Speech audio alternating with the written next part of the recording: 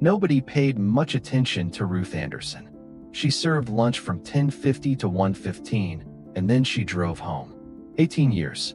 The same apron, the same steel counter, the same quiet nod as 400 kids filed past without ever really seeing her face.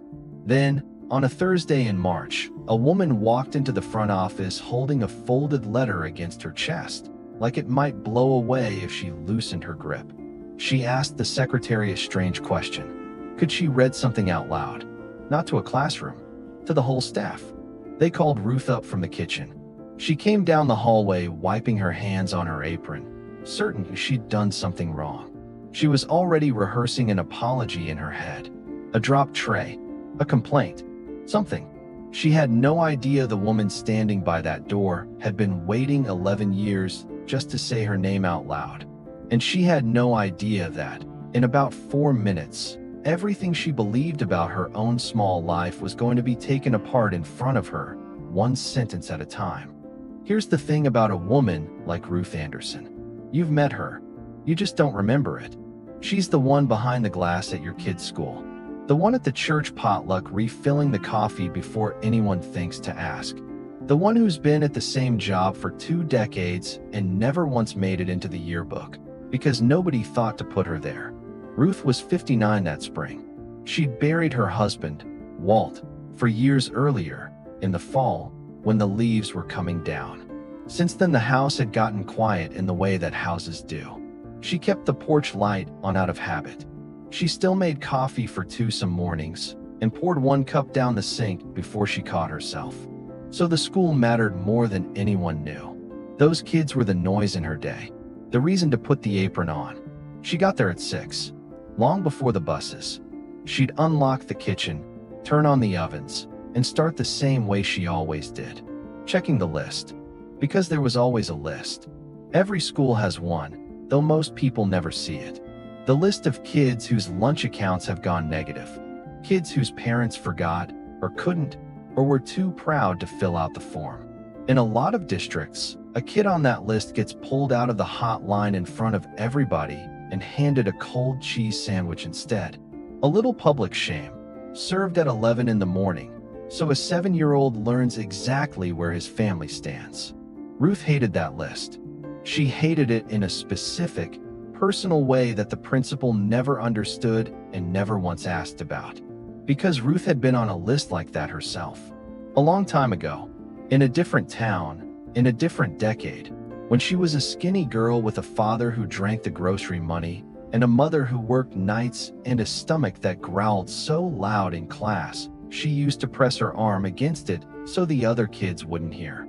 She remembered the woman who worked the line back then. A heavy-set lady named Mrs. Pell, with a hairnet and a soft voice, who used to slide an extra roll onto Ruth's tray and say, "Quiet, don't you tell nobody." Ruth never forgot that roll. 50 years later, she could still taste it.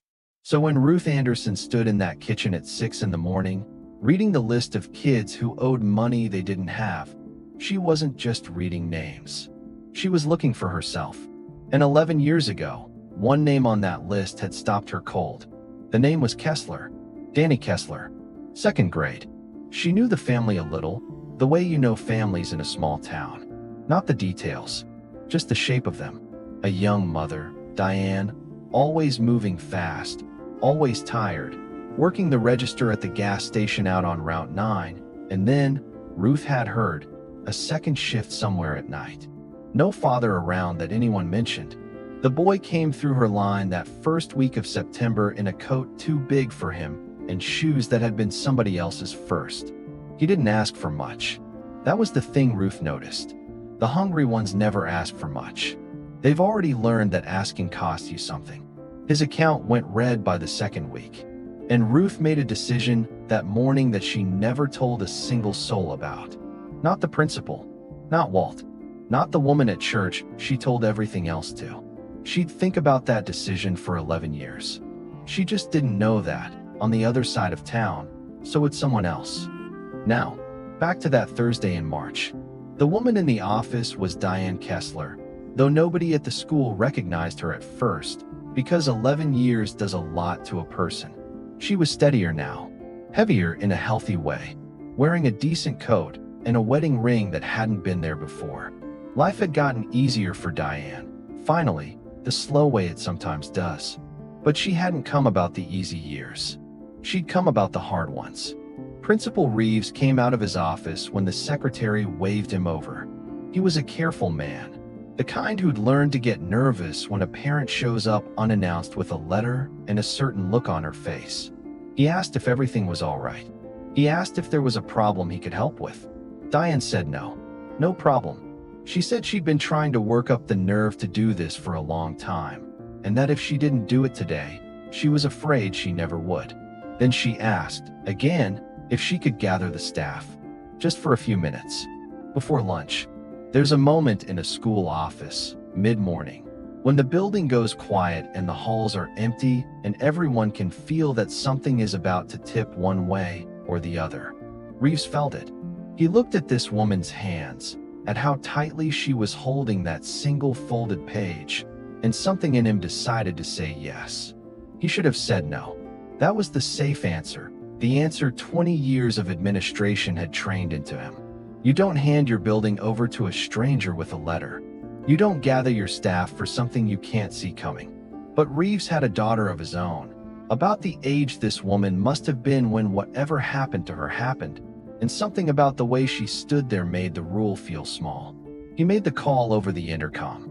Any staff not with students, please come to the main office. A few teachers on their prep period. 2 aides.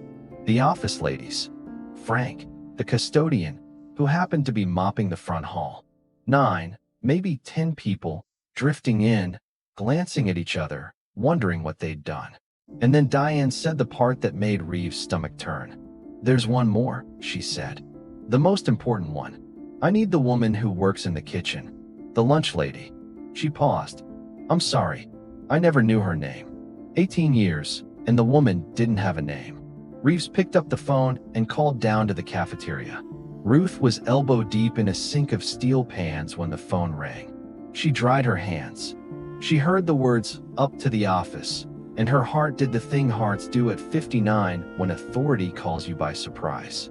She thought, what did I do? She took off her wet apron. And then, she'd almost laugh about this later, in a way that wasn't quite laughing. She put a clean one back on. Because if she was going to be in trouble, she wanted to look decent doing it. That was Ruth, 59 years old, and still bracing for the world to tell her she wasn't good enough, still making sure her collar was straight before it did. She walked up that long hallway alone, past the bulletin boards, past the little construction paper turkeys somebody had never taken down since November, past the trophy case with its team photos going back 40 years, every smiling face labeled, every name remembered. Hers was in none of them. She had no idea that the woman waiting at the end of it was about to make a whole room of grown adults come apart. When Ruth came through the office door, wiping her hands one more time out of pure nerves, Diane Kessler took one look at her and put a hand over her own mouth. Because Diane recognized her instantly. 11 years fell away. The face was older, but it was the face. The same kind eyes. The same soft, tired shoulders. Ruth didn't recognize Diane at all. Why would she? To Ruth, Diane had been one of 1,000 hurried parents she'd never really met. Someone she'd only ever known through a small boy in a too-big coat. Ruth looked around the room at all those faces turned toward her, and she said quietly, "Am I in some kind of trouble?" And Diane laughed. This broken, wet laugh. She shook her head hard and said, "No, no, ma'am. You're the opposite of trouble. You're the reason I'm standing here." Nobody in the room understood yet. Ruth least of all. Diane unfolded the letter with shaking hands. She said she needed to explain something first. She said the letter wasn't hers. It was written by her son, and that her son had asked her to read it here, out loud, in this building, to whoever would listen. Because he couldn't be here to read it himself. Somebody asked, gently, where he was. Diane smiled through it. He's overseas, she said. He's a combat medic. He's 20 years old, and he spends his days keeping other people's sons alive. She pressed her lips together. He wanted me to tell you that first. He said it matters once you understand the rest. You could see the teachers doing the math. 20 years old. Second grade, 11 years ago. Combat medic. The pieces didn't add up to anything yet, but you could feel the room leaning in, the way people lean in when they know a story is about to cost them something. And Ruth, standing off to the side by the copier, still had no idea any of this had anything to do with her. She was watching the door, honestly, still half waiting for someone to tell her what she'd done wrong. It never once crossed her mind that a mother had driven across town and a soldier had written a letter from a war for her. Women like Ruth don't think in those terms. They spend their whole lives certain they're the ones who owe. Then she started to read. And here is where I have to tell you what was in that letter. Because it's the reason a room full of grown adults, teachers who thought they'd seen everything, stood in a school office at 11 in the morning and quietly fell apart. The letter began, "To the lunch lady whose name I never learned. You probably don't remember me. There's no reason you should. But you are the reason I'm alive, and I've spent 11 years being too ashamed to say so." Ruth's hand found the back of a chair, because now she was starting to remember. Diane's voice held mostly. It only broke on certain words. "My name is Danny Kessler. I was in second grade the year my mom and I hit the bottom of everything. I didn't have words for it then. I just knew that the light bill and the food money were the same money, and that some weeks the light won. I knew I was hungry in a way the other kids weren't. And I knew, the way kids know things nobody teaches them, that I was supposed to keep it a secret." Ruth closed her eyes. She remembered the coat. She remembered the shoes. She remembered a small boy who said "thank you" too carefully, the way you say it when you've been taught that kindness is a debt. She remembered his account going red in the second week of September, 11 years ago. And she remembered exactly what she had decided to do about it. What Ruth had decided, that September morning 11 years ago, was this. She would not let that boy get the cold sandwich. The district rule was clear. Negative account, no hot meal. A cheese sandwich in a plastic sleeve, handed over in front of the whole line, so everybody could see. Ruth had watched what that did to a child. She'd watched a first grader carry that sandwich to a table with his head down, like he was carrying a sign that said exactly what his family was. So she paid, out of her own check, quietly, every single day. It wasn't much per meal. That's what people never understand about small kindnesses. It was $2 and change, the price of a coffee. But $2 a day, 5 days a week, 36 weeks a year, is real money to a woman who counts every dollar. And Ruth did it without a second thought and without ever once letting the boy suspect. She'd override the register herself, a little sleight of hand at the keys, and slide the tray across, and say the same thing she said to every kid. "There you go, honey. Eat up." That was the whole trick. She said it to everyone.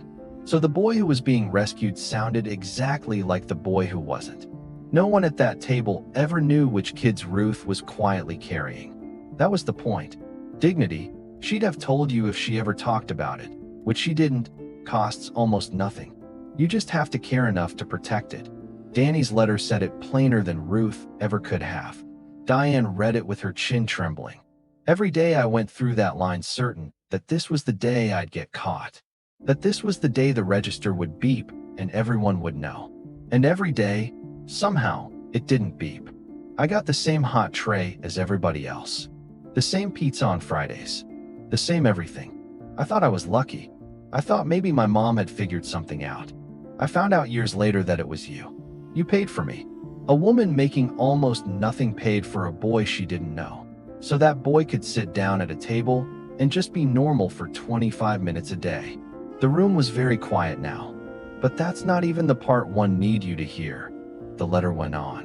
"Because feeding me at school wasn't enough for you, was it? You knew what I was going home to. You knew there was nothing in that kitchen. And you did the thing I've never been able to explain to anybody without falling apart." Diane stopped. She had to breathe. Then she read it. "You started sending food home with me. An apple in the side pocket of my backpack. A carton of milk. A roll wrapped in a napkin. Sometimes a whole second lunch, tucked in when you thought I wasn't looking. You never said a word about it. You never made me thank you. You never once made me feel like a charity case. You just made sure a little boy had something to eat at night."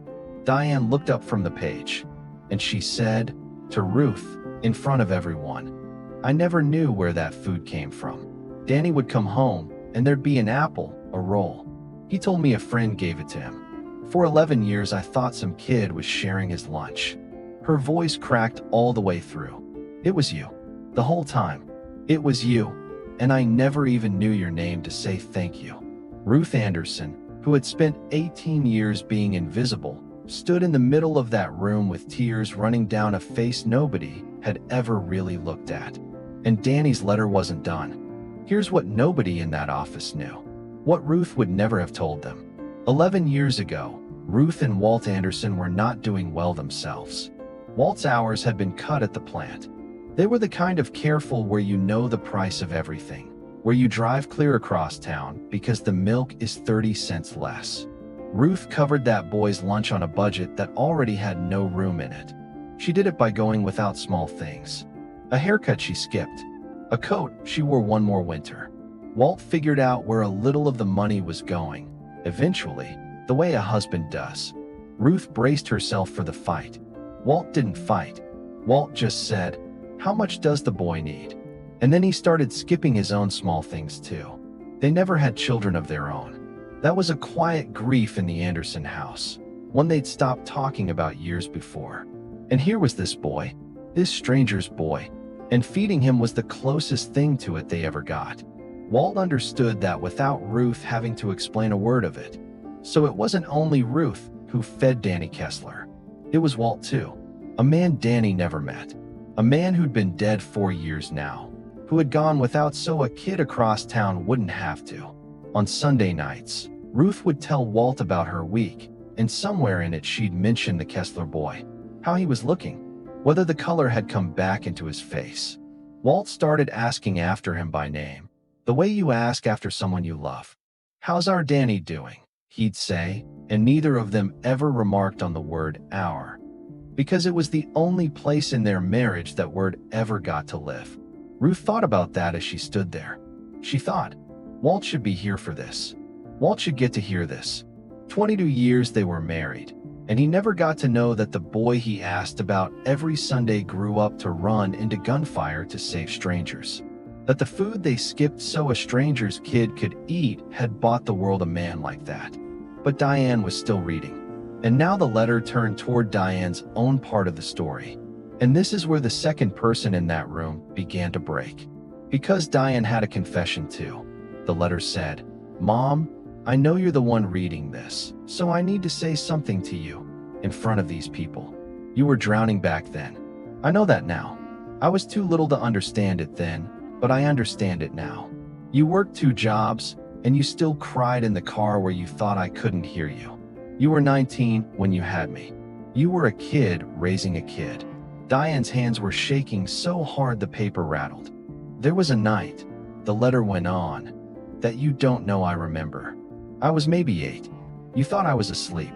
You were at the kitchen table with all the bills spread out, and you had your head down, and I heard you say to nobody, 'I can't do this.' I want you to know that I heard you, and I want you to know that the reason I didn't fall apart that year, the reason you didn't lose me, is that somebody at my school made sure I always had enough, so that you had one less thing breaking you. You just never knew her name either." The whole room understood now what they were standing inside of. 2 women, 1 letter, 11 years. And the boy who connected them was on the other side of the world, saving strangers, because of what a stranger once did for him. You might be wondering how Danny ever found out. If Ruth never told a soul, if Diane thought it was a classmate, how does a grown man, 11 years later, end up writing a letter to a lunch lady? The letter answered that too. "I found out by accident, 3 years ago," Danny wrote. "I was 17. I'd gotten my first real job, and I was proud of it, and I told my mom I wanted to pay somebody back. I didn't even know who. For all the food I got as a kid. My mom got confused. She said, 'What food?' And I said, 'You know, the stuff my friend gave me.' And she said, 'Danny, I always thought you meant a school friend.' That's when we both realized that neither of us knew who did it. So Danny went looking. He drove back to that elementary school on a Saturday, 17 years old, and found a janitor who let him in. He didn't know what he was looking for. He wandered down to the cafeteria, smaller than he remembered, the way everything from childhood is. And he just stood there, and a woman was there, prepping for Monday, on a Saturday, because that's who she was. Ruth, older than the blur in his memory, but the same soft eyes. He didn't recognize her. She didn't recognize him. They said hello. He left. He told his mother later that he'd stood 10 feet from the answer and felt nothing but a strange warmth he couldn't explain, and then he drove home. He said the cafeteria smelled the same. That was the thing that got him. 17 years old, and a smell had put him right back in that little body, in that too big coat, waiting for the register to beep and give him away. And it never beeped. He'd carried that safety around his whole life without knowing where it came from. The way you carry a thing your parents did for you before you were old enough to remember. It took 2 more years, and one school secretary willing to bend a rule for him, to find it. Because there was a record, not an official one. Ruth, it turned out, kept a notebook. Ruth's head came up sharp at that word. Notebook. Because it was true, and nobody knew about it. Diane read, "There's a notebook, isn't there? That's how I finally found you. I found out you kept one. Names and amounts, going back years, in your own handwriting, so you'd never let a single kid slip through. You weren't supposed to have the authority to do any of it. You just did it. And you kept your own quiet records, and you never once turned a single one of us into a system that would have handed us a cold sandwich." Ruth's hand went to the pocket of her apron. Not this apron, but she always had one. And in it, always, was a small spiral notebook, soft at the corners. Nobody had ever asked about that notebook. In 18 years, not one person had wondered what the lunch lady wrote down and carried against her hip all day. If they thought about it at all, they'd have guessed inventory, milk counts, ketchup packets, the small arithmetic of a cafeteria. Not this. Not a private ledger of every child she'd quietly refused to let go hungry, kept in a hand that pressed a little too hard on the page, so it would last. She took it out. She didn't mean to. It was just habit, reaching for it. The whole room saw it. And Diane Kessler put her hand to her mouth again. Because there it was. 11 years of quiet proof, in a 59-year-old woman's apron pocket, in a room that had never once thought to ask her what she carried. The last part of Danny's letter was short. Diane's voice had almost nothing left in it, but she got through it. "I'm 20 years old now. I'm a combat medic. When people ask me why I chose this, why I run toward people who are bleeding when everything in the body says run the other way, I never know how to answer without sounding like I'm making it up. But the truth is simple. Somebody once fed me when I had nothing and asked for nothing back and never even let me see her do it. I spent my whole childhood being quietly caught by a person who thought no one was watching. I'm just trying to be that for somebody else now. Every day? That's the whole reason. That's it. So I don't want anything from this letter except one thing. I want the people in that building to know her name. I want them to look at the woman who's worked there for 18 years and understand that she has been the best of what a school is, all this time, in an apron, behind glass, where nobody thought to look. Her name is on my life. The least all of you can do is learn it." Diane lowered the letter. For a second, nobody moved. And then Principal Reeves, a careful man, a man who had walked past Ruth Anderson every working day for 6 years and called her, when he called her anything at all, the cafeteria, Principal Reeves said her name out loud, like he was hearing it for the first time himself. "Ruth," he said. "Ruth Anderson." It shouldn't have hit as hard as it did. It was just a name. But it landed in that room like something being set right after 18 years of being wrong. 6 years he'd worked beside her. 6 years of good mornings that were really just noise. He'd approved her schedule, signed her time cards. And if you'd stopped him in the parking lot and asked him her name, he wasn't sure he could have told you. He knew that now. Everyone in that room was doing the same terrible arithmetic, counting up the years they'd spent not knowing. And the room came apart. The two young aides were crying openly now. Frank the custodian had turned to face the wall, one hand over his eyes, his mop forgotten against the counter. A veteran teacher who prided herself on never once losing her composure in front of anyone had given up entirely and was just pressing a tissue to her face. And every one of them was feeling the same two things at the same time. The first was awe, the second was shame.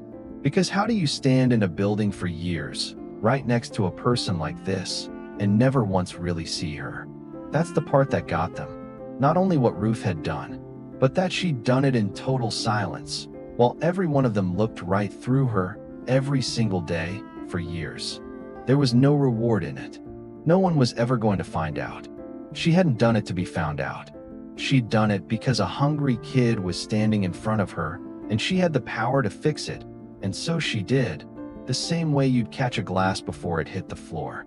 Without thinking, without a witness, just because you were the one standing there. How many people do you know who are good like that?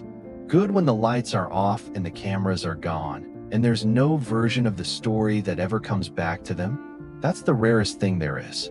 And it had been standing behind that glass, serving them lunch, for 18 years. Ruth just stood there holding her notebook, overwhelmed, wanting, she'd admit later, to disappear back down to her kitchen where the world made sense. But Diane wasn't finished. Because Diane had come with more than a letter. She'd come with a question. And it was a question that was going to change the rest of Ruth Anderson's life. I want to stop for just a second. Because if you're still here with me, this story has probably reached something in you. Maybe you were a Danny once. Maybe there was a Ruth in your own life. Somebody who caught you quietly when you were falling, and maybe you never got the chance to thank them either. Most of us are carrying a name we should have said out loud a long time ago. If you've made it this far with me, I want to invite you to subscribe to our channel and join us every day. Because stories like this one, the quiet people, the invisible ones, the debts of kindness we forget to pay, that's what we sit with here. And you belong in that. Now, Diane's question. She reached into her bag and took out a second piece of paper. This one wasn't a letter. It was a photograph. She held it up so Ruth could see it. It was Danny, in uniform, standing in a dusty place a long way from home, squinting into the sun, holding, of all things, a handmade sign. And on the sign, in thick black marker, were 4 words. "Thank you, lunch lady." He'd had someone take the picture months ago, Diane explained, and mailed it home with the letter and made her promise to bring both. Think about that for a second. A soldier, in the middle of the worst place on earth, arranging for a photograph, finding a piece of cardboard, finding a marker, asking a buddy to hold the camera, and probably taking some ribbing for it. Also a woman 8,000 miles away, a woman he could not have picked out of a crowd, would know that she was carried in the heart of someone she thought had forgotten her. If that doesn't tell you what Ruth Anderson planted in that boy, nothing will. He said, Diane told the room, her voice finally steadying into something like peace, that he didn't want you to find out too late. He said too many people wait until the funeral to say the thing that matters. That we stand up at the service and tell the whole world what somebody meant to us. And the one person who needed to hear it is the one person in the room who can't. He didn't want to do that to you. He wanted you to hear it while you could still, she stopped, while you could still enjoy it. His words. Ruth took the photograph in both hands, careful, like it might break. She looked at that young man's face for a long time. She was looking for the little boy in it, Diane said later. And she found him, around the eyes. She said, so quiet that most of the room didn't catch it. There he is. 3 words. There he is. The whole 11 years lived inside them. A 20-year-old, on the other side of the earth, in the middle of a war, had stopped and made a cardboard sign for a woman he'd met once and couldn't even clearly remember. Just so that she would know. Just so she'd stop being invisible for one single day. And then Diane asked her question. The real reason she'd come. She asked Ruth if she would let the town do something it had never done. She asked if Ruth would let them say thank you out loud. Ruth, who had spent her whole life making sure her kindness never made a sound, didn't know how to answer that. She'd spent 59 years believing that the whole point of doing good was that nobody saw you do it. That the moment it got loud, it stopped being clean. She opened her mouth to say no, thank you, that's kind, but no. But the answer was already out of her hands. Because Frank the custodian had quietly stepped out into the hallway. And Frank was already on the phone. What Frank started in that hallway didn't stay in that hallway. By the end of the week, the whole town knew. Not because Ruth told anyone. She never would have. But because there are some things a community will not let stay quiet. Even when the quiet one would prefer it that way. They didn't throw a parade. Ruth would have hated a parade. What they did was smaller, and it landed harder. The district paid off every negative lunch account in that school. All of them. And they named the fund that would keep them paid the Anderson Fund. So that no child in that building would ever again carry a cold sandwich to a table with his head down. Ruth still comes in at 6. She still checks the list. She still keeps the notebook in her apron pocket, soft at the corners. Some things a public thank you doesn't change. She didn't want the fund named after her. She argued about it. She lost. The only condition she held to was that no child would ever be told they were on it. But one thing did change. Danny came home that summer. He walked into that cafeteria on a Saturday, the same way he had at 17, except this time he knew exactly who he was looking for. He was taller than the man in the photograph. He set down his bag, and a 59-year-old woman came around the steel counter, wiping her hands on her apron out of pure habit, and finally, got to be seen by the boy she had caught in the dark 11 years before. He didn't call her the lunch lady. He called her by her name. If this story moved you, do something with it. Share it with 5 people who need to be reminded that the smallest kindness can hold up a whole life. Leave a comment and tell me about your Ruth, the person who caught you when nobody was looking. And tell me what story you want us to sit with next. Somewhere out there, right now, someone is quietly saving a life. In an apron, behind glass, where nobody thinks to look. Learn their name.